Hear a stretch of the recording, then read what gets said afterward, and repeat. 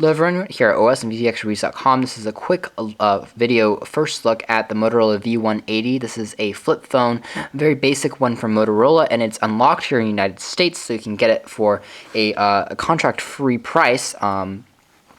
A little bit more costly than what this product would probably actually cost with a Go plan or a contract price, but the unlocked feature means you can swap out SIM cards from AT&T to T-Mobile and other SIM card based carriers in the US.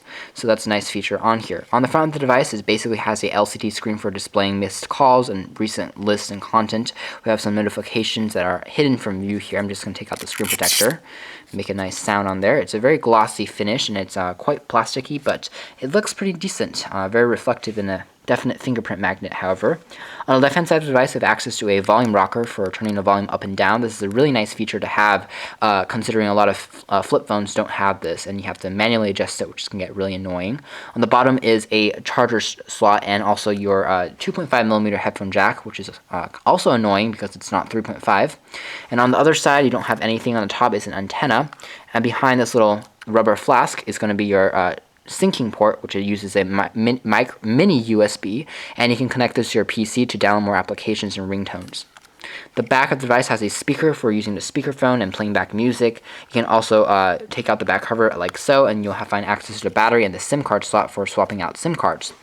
And flipping on the phone open, I'm going to take out another little flask, like so.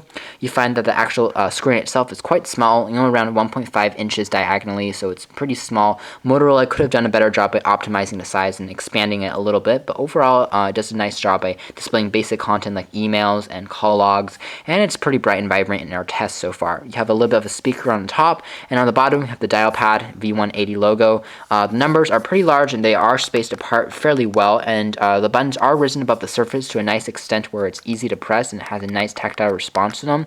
All the buttons are also backlit. Now, one thing that we didn't like on this device, even on first impressions, was the build quality. The front of the device is okay, but it is, again, very fingerprint magnety and very plasticky. But somehow opening up the screen, we reveal another layer of plastic that even gets worse than the front.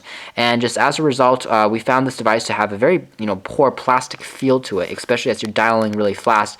You'll feel that the keypad is very slippery and just doesn't feel as good as it could have been. It feels kind of cheap in the hands. Motorola could have definitely used a little bit more metal, a little bit more better components, and 100% plastic on this phone. I feel like if it's going to get dropped on the ground, it's going to shatter apart and fall to pieces, which is not good.